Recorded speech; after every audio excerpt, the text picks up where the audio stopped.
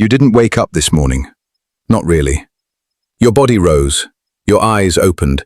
You moved through the rituals of caffeine and distraction.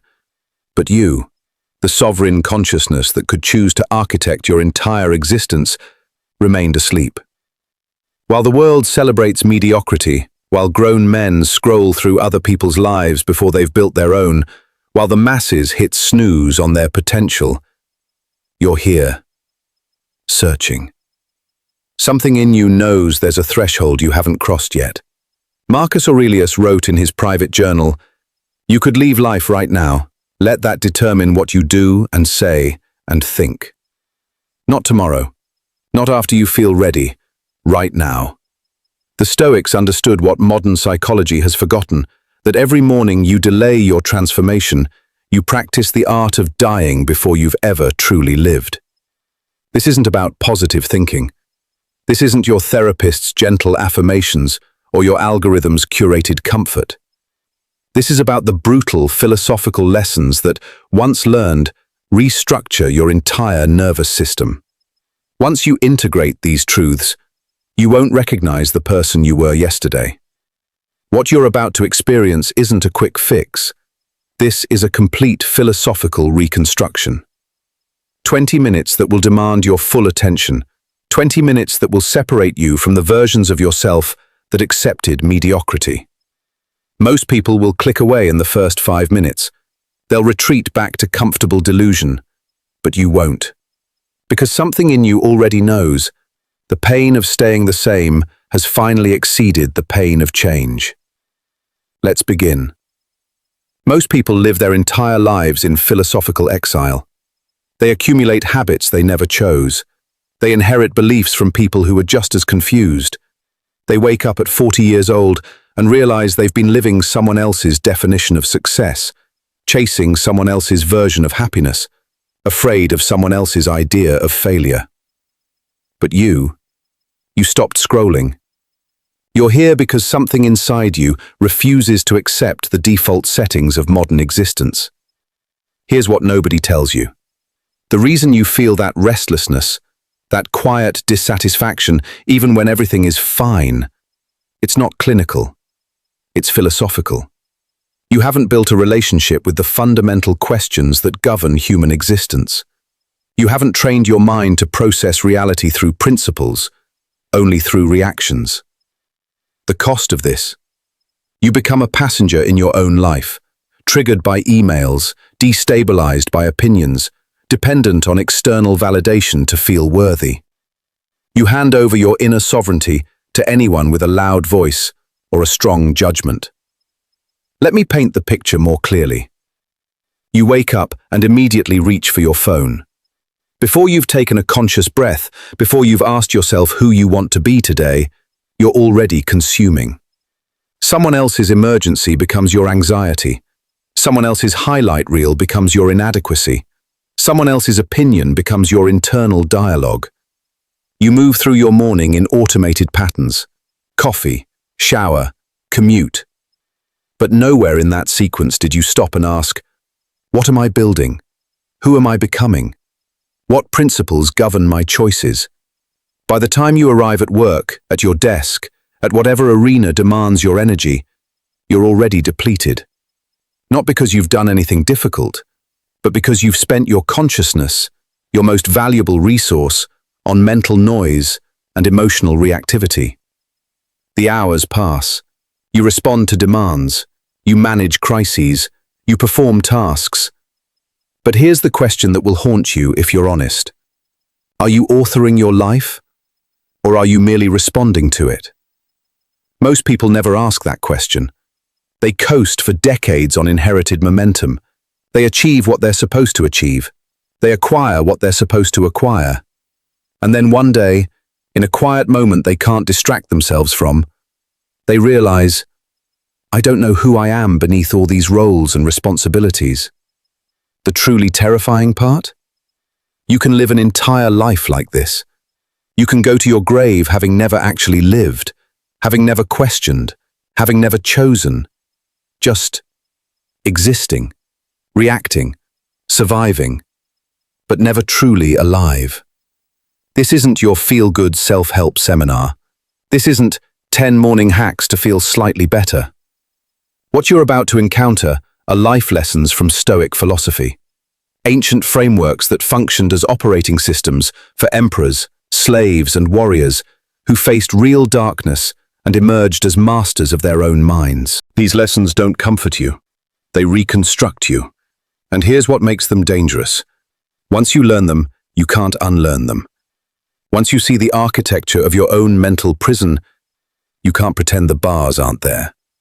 You'll be forced to choose, remain comfortable in captivity, or do the uncomfortable work of liberation. The stakes are higher than you think, because every day you delay this work, you're not staying neutral. You're practicing the opposite. You're strengthening the neural pathways of reactivity, anxiety, and external dependence. You're becoming more of what you don't want to be. But today, that ends. 2,000 years ago, Marcus Aurelius ruled the Roman Empire.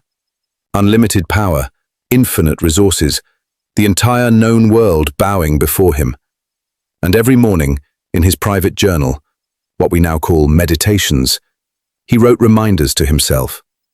Not about conquering nations, about conquering his own mind. Think about that for a moment. A man with absolute authority over millions of people, and his primary concern was maintaining authority over his own thoughts. He wrote, "You have power over your mind, not outside events. Realize this, and you will find strength." This wasn't theory. This was a man managing betrayal from his own generals, plague devastating his empire, constant warfare on the borders, and the knowledge that everyone around him wanted something from him. And his solution? Not more power, not better strategies. Mental sovereignty. The recognition that external control is an illusion, but internal control is everything. Seneca, advisor to emperors, wrote essays on the shortness of life while knowing he'd likely be executed for political reasons. He understood something most modern people can't fathom. Your lifespan is uncertain, but your response to that uncertainty is entirely within your control. He wrote letters to his friend Lucilius that read like surgical instructions for the mind. We suffer more in imagination than in reality. He wasn't offering comfort. He was diagnosing the fundamental human problem. We torture ourselves with thoughts about things that haven't happened and may never happen. Think about your own experience. How many nights have you lost sleep over events that never occurred? How many hours have you spent anxious about outcomes that never materialized? How much of your suffering exists only in your imagination? Seneca saw this 2,000 years ago. The human mind, left untrained, becomes an instrument of self-torture. Epictetus had a different path to Stoicism. He was born a slave. His name literally means acquired one, property. He was crippled, powerless, owned by another human being. And yet, he became one of the most influential philosophers in history, training Roman elite in the philosophy of inner freedom. His central teaching? It's not what happens to you, but how you react to it that matters. Coming from a slave, this isn't spiritual bypassing. It's the ultimate recognition. They can own my body, but they cannot own my mind unless I surrender it. These weren't academics theorizing in comfort. They were men testing philosophical principles against the brutality of real life. Marcus Aurelius wrote his meditations in military camps between battles. Seneca wrote while facing execution. Epictetus taught while bearing the physical scars of slavery, and they all arrived at the same conclusion. External circumstances are morally neutral. Your mind's relationship to those circumstances is everything. What they understood, and what modern neuroscience now confirms, is that your brain doesn't distinguish between perceived threat and actual threat. Your amygdala fires the same panic signals for a critical email as it does for a physical predator. Which means most people live in constant, low-grade psychological warfare, not because their lives are dangerous, but because their minds are untrained. The Stoics developed a technology for the mind, not meditation in the modern sense, not positive thinking, but a systematic method for processing reality through reason rather than emotion, through principle rather than reaction. They called the early morning hours the sacred hour, the time when your consciousness is most malleable before the world's chaos infiltrates your nervous system. What you practice in that first hour, you become for the rest of your life. Roman emperors, enslaved philosophers, political advisors facing death. All of them came to the same methodology: train your mind or your mind will tyrannize you. Here's what makes Stoicism different from modern self-help. It doesn't promise happiness. It promises something far more valuable: tranquility in the face of chaos.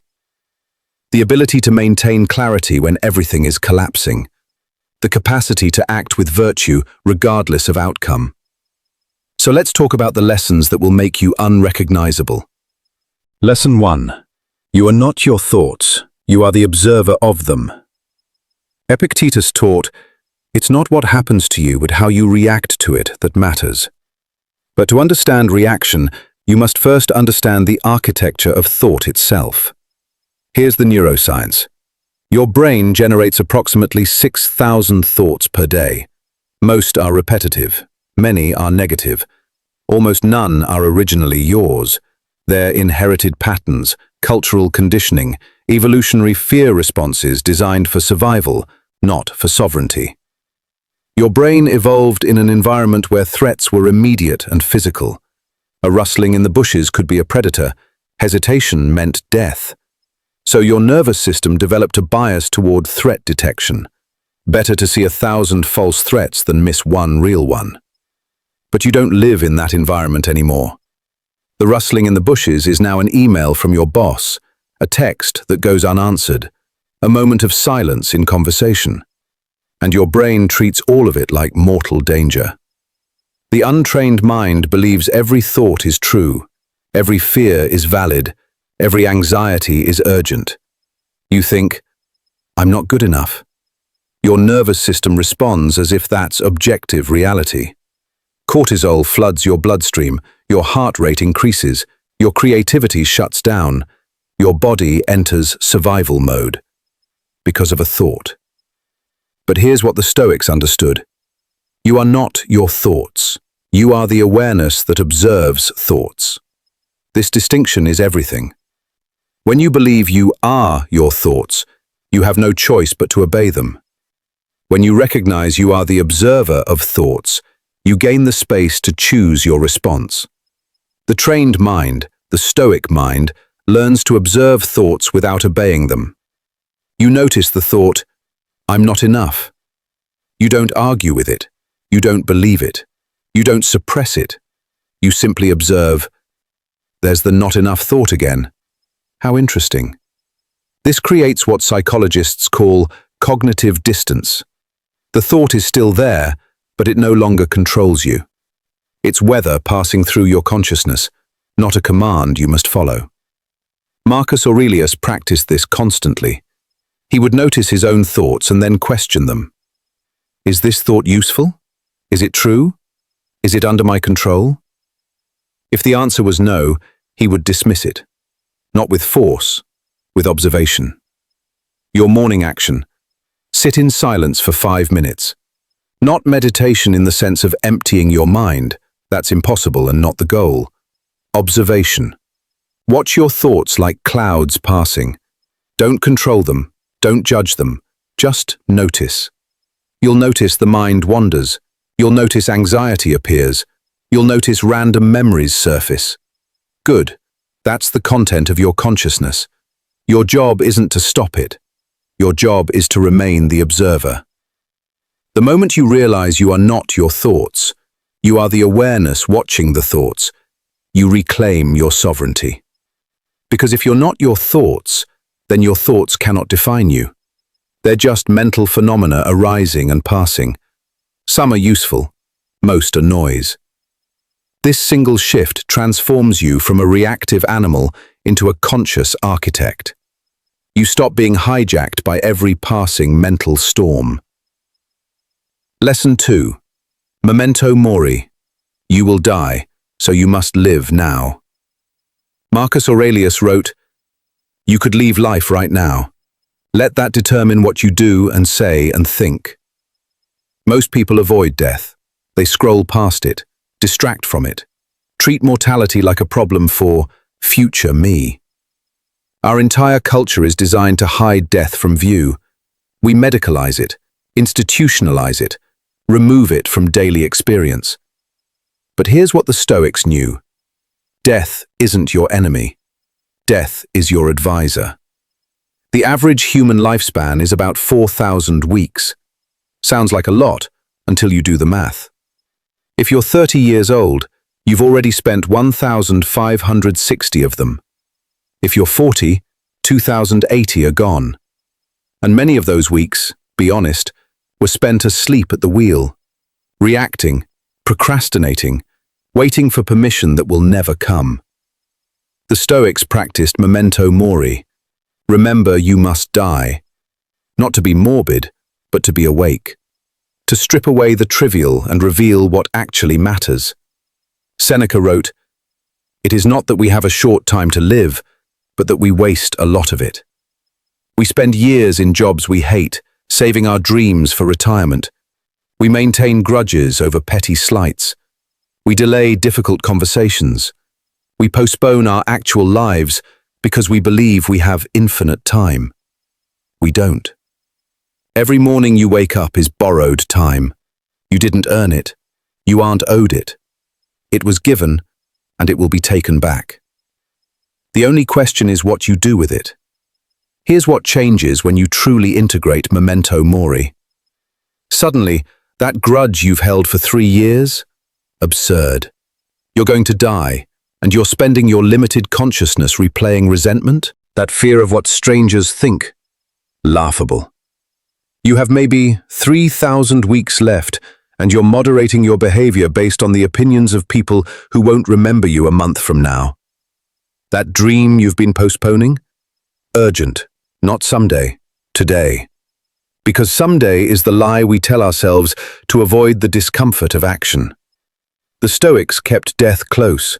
Marcus Aurelius would visualize his own death regularly, not to be depressed, but to be focused, to ask, if today were my last day, would I spend it worrying about this email, this conflict, this trivial discomfort? Your morning action. Every morning, before you touch your phone, before you enter the chaos, say this aloud. I will die. Today might be that day. What would a man who understands this do right now? Not morbid, clarifying. The awareness of death doesn't paralyze you, it focuses you. It strips away the trivial. It reveals what actually matters. Let me make it concrete. Someone you love will die this year. You don't know who, but statistically, it's true. Someone currently in your life will not be here next year. How does that change how you speak to them, how you prioritize time with them? And more importantly, you might be that person. You might not see next year. Not because I'm wishing it, but because that's reality. Heart attacks, accidents, sudden illness. Death doesn't wait for convenient timing. So what are you waiting for? Permission? The perfect moment? Certainty. Those never come. The only certainty is the clock running down. Memento mori doesn't make you dark, it makes you awake. Lesson 3. Amor fati. Love your fate, even the brutal parts. Nietzsche, influenced by Stoicism, gave us this phrase, Amor fati, love of fate. Not acceptance, not tolerance, love. This is where most people's philosophical journey ends. Because this principle demands something that feels impossible, to love not just the good parts of your life, but all of it. Every betrayal, every failure, every humiliation, every loss. Here's the principle. Everything that has happened to you, every painful experience, every setback, every moment you wanted to erase, was necessary for you to become who you are in this moment. You cannot selectively remove the painful parts of your past without erasing the wisdom they forged. Your worst experiences contain your deepest lessons. The relationship that destroyed you taught you what you'll never tolerate again. The failure that humiliated you revealed weaknesses you had to strengthen. The loss that broke you open made space for what actually matters. But here's what most people miss. Amor fati isn't passive. It's not everything happens for a reason, spiritual bypassing. It's not cosmic justification for suffering. It's active reframing. It's the refusal to waste your pain. You take the raw material of your worst experiences and you forge them into weapons of character. You don't just survive trauma, you metabolize it into wisdom. Marcus Aurelius faced plague, betrayal, and war. He could have become bitter, resentful, broken. Instead, he wrote, "The impediment to action advances action. What stands in the way becomes the way." This is amor fati in practice. The obstacle isn't separate from the path. The obstacle is the path. Your challenges aren't interruptions to your growth, they are your growth. Think about the people you most admire. Not the ones who had easy lives, the ones who faced darkness and came through it transformed. Their depth came from their difficulties. Their strength came from what tried to break them. You have the same opportunity. Every difficulty you face is an invitation, not to suffer meaninglessly, but to build something that can only be forged in fire. Your morning action. Write one sentence about your greatest pain or failure, the thing you've been carrying, the experience you wish you could erase. Then write, "This happened so that I could become," and finish that sentence. Not with what you wish happened, not with justification or excuse, with what you will build because it happened. Maybe it's, "This betrayal happened so that I could become someone who trusts discerningly rather than naively." Or, "This failure happened so that I could become someone who acts despite fear rather than waiting for confidence." The third principle is where everything shifts. You stop being a victim of your biography. You become the author of your philosophy. Lesson 4. Negative visualization. Rehearse loss. To appreciate presence. Seneca practiced premeditatio malorum, the premeditation of evils. Every morning, he would imagine losing everything: his wealth, his status, his loved ones, his health. Not to torture himself, but to inoculate himself against devastating surprise. This sounds dark, pessimistic. Why would you deliberately imagine worst-case scenarios? Because your mind is already doing it. Your anxiety is already rehearsing catastrophe. The difference is, you're doing it unconsciously, reactively, in ways that increase fear rather than build resilience. Negative visualization is the intentional, controlled practice of imagining loss, and it serves two crucial functions. First, stress inoculation. Modern psychology calls this stress inoculation training. The military uses it. Elite athletes use it. By mentally rehearsing worst-case scenarios, your nervous system stops treating uncertainty as a threat. You become anti-fragile. When you repeatedly imagine a feared scenario in a controlled setting, your amygdala, your brain's fear center, gradually habituates to it. The scenario becomes familiar rather than terrifying. So when the actual difficulty arrives, your nervous system recognizes it. You've already been there mentally. You don't panic, you respond.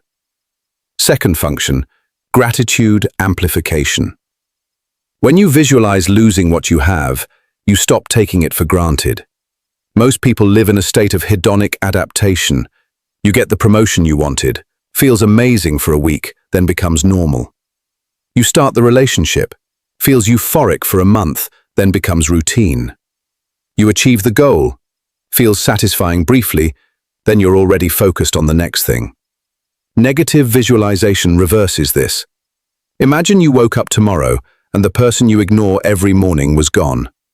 Permanently. How would you feel? What would you give for one more conversation? Now open your eyes. They're still here. This is that one more conversation you would have begged for. Stop treating it like an obligation. Your morning action. Close your eyes. Imagine today as your last day with the people you love. How would you speak to them? What would you say? How would you listen? What grievances would suddenly seem petty? Now open your eyes and live that way. Not someday. Today. If you only do one thing from this video, do this. Because negative visualization will rewire your entire emotional baseline. You'll stop waiting for better to be grateful. You'll start seeing what's here with the clarity of someone who knows it's temporary. Because it is temporary. Everything is. Lesson 5. Dichotomy of control. Focus only on what you command.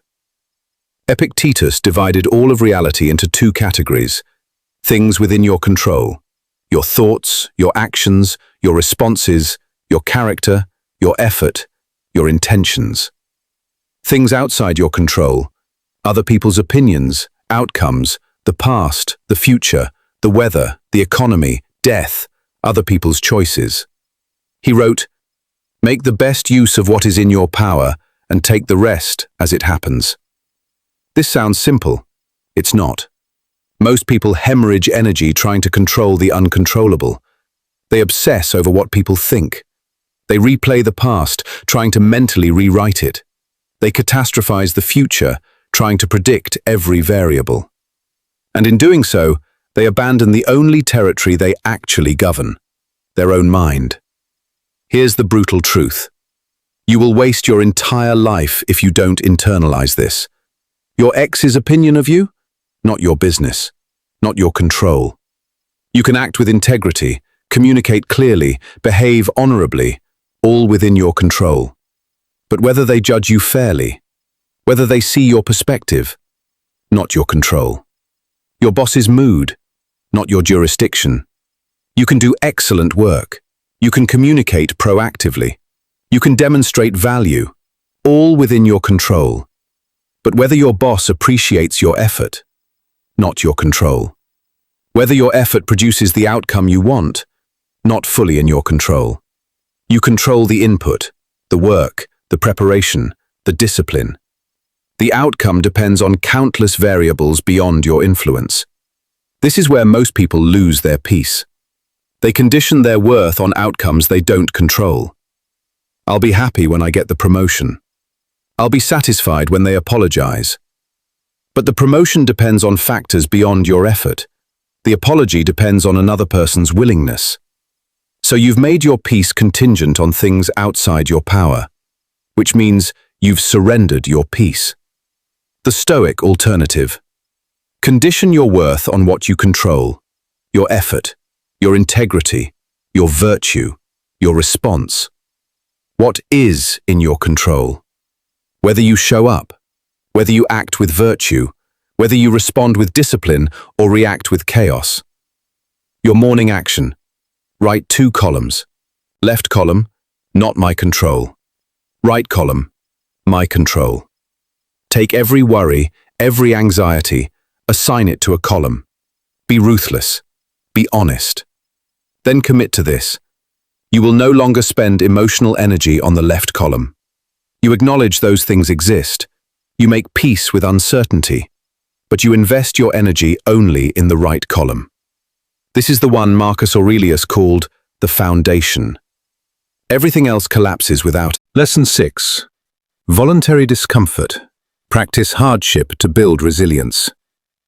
Seneca wrote, "Set aside a certain number of days during which you shall be content with the scantiest and cheapest fare, with coarse and rough dress, saying to yourself the while, 'Is this the condition that I feared?'"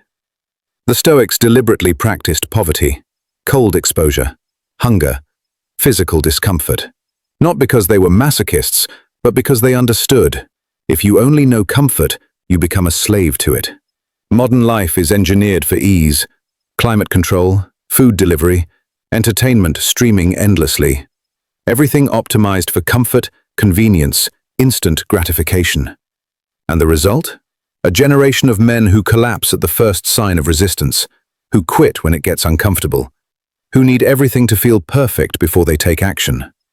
Your nervous system adapts to whatever you expose it to. If you only experience comfort, Your window of tolerance becomes narrow. Small discomforts feel catastrophic. Minor obstacles feel insurmountable. You become fragile, brittle, dependent on circumstances staying favorable. The Stoics took the opposite approach. They deliberately practiced discomfort in controlled doses, not to suffer, but to prove to themselves they could handle it, to expand their window of tolerance. Voluntary discomfort comes in many forms. Cold exposure, the cold shower everyone talks about but few people do. Fasted training, exercise before you eat. Silence, turn off the music, sit with your own thoughts. Your morning action, choose one form of intentional discomfort. Make it non-negotiable. Do it every morning. Cold shower, 30 seconds to start. Your body will resist. Do it anyway. Or fasted workout, train before you eat. Your energy will feel low. Do it anyway. Or silence, sit for 5 minutes with no input. The discomfort will be intense. Sit anyway. You are training the capacity to act despite resistance. You are proving that comfort is not a prerequisite for action. Lesson 7. The view from above. Zoom out to see truth. Marcus Aurelius practiced what he called the view from above. He would imagine himself rising above his body, above Rome, above Earth, until he saw himself as a tiny flash of consciousness in an infinite cosmos. From that perspective, the embarrassment that kept you up last night? Invisible. The grudge you've held for years? Meaningless. The fear of what strangers think? Absurd. This isn't nihilism, it's proportion. Most people live their entire lives at ground level. Every problem feels massive because it fills their entire field of vision. Every setback feels permanent because they can't see past it. They mistake their temporary discomfort for permanent catastrophe. They confuse their current chapter with their entire story. The view from above corrects this. It doesn't make your problems meaningless, it makes them proportional. Here's the practice. Imagine yourself right now. See yourself reading this. Now zoom out. See the room, the building, the street, the city, the region, the continent, the planet. Keep going. See Earth as a pale blue dot. See the solar system, the galaxy, the observable universe, 93 billion light years across. Now return to yourself. That problem that felt overwhelming, it's happening on a tiny planet, in a remote corner of an average galaxy, in a moment so brief it barely registers. This doesn't make your life meaningless, it makes your anxiety proportional. Your morning action. Spend 60 seconds visualizing yourself from space. See your home, your city, your continent, the planet. Feel how small your problems become from that distance. Then return to your body and ask, what would a man with this perspective do today? Would he waste energy on grudges? Would he delay his dreams because of fear? Or would he act like someone who knows his time is brief, his life is temporary, and his consciousness is a rare gift not to be squandered? Most people quit before reaching this principle, but you're still here. That means something. You are no longer the person who opened this video 20 minutes ago. You cannot unlearn what you now understand. The veil has been pulled back. You've seen the architecture of Stoic philosophy, not as ancient history, but as the operating system for modern psychological sovereignty. 7 lessons that, if integrated, will restructure your entire existence. You are not your thoughts. You are the observer of them. That recognition alone creates space between stimulus and response, between trigger and reaction, between circumstance and character. You will die. That awareness doesn't depress you, it clarifies you. It strips away the trivial and reveals what matters. It transforms procrastination into urgency, fear into focus. Love your fate. Every experience, even the brutal ones, forged who you are. Stop wishing your past was different. Start using it as the raw material for who you're becoming. Rehearse loss. Not to be pessimistic, but to appreciate what's here. To see clearly. To love fully. To stop taking your temporary gifts for granted. Control only what you command. Your thoughts, actions, responses, character. Everything else? Make peace with uncertainty. Invest your energy only in your kingdom. Practice discomfort. Expand your window of tolerance. Prove to yourself daily, I am not controlled by comfort. I am the master of my responses. Zoom out. The view from above reveals proportion. Your problems are real, but temporary. Your embarrassments are forgettable. Your fears are smaller than you think. Tomorrow morning, you won't just wake up. You'll rise as someone who has seen what most people never see, who understands what most people never learn, who practices what most people only talk about.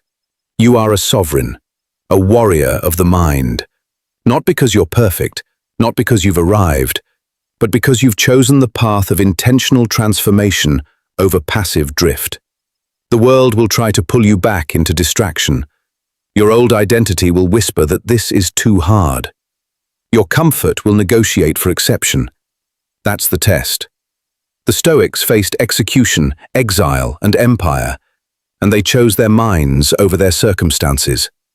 You face emails, opinions, and uncertainty. You have no excuse. Join us in the comments. Tell us which lesson hit deepest. Share your morning practice. Share your struggles. This isn't just content, this is a community of men rebuilding themselves from philosophical foundation up. We're not looking for perfection, we're looking for practice, daily, relentless, disciplined. Marcus Aurelius left you a final reminder. Waste no more time arguing about what a good man should be. Be one. Not someday, not when you feel ready, not when circumstances align. Now. The clock is running. Your life is finite. Your consciousness is temporary. Your choices are permanent.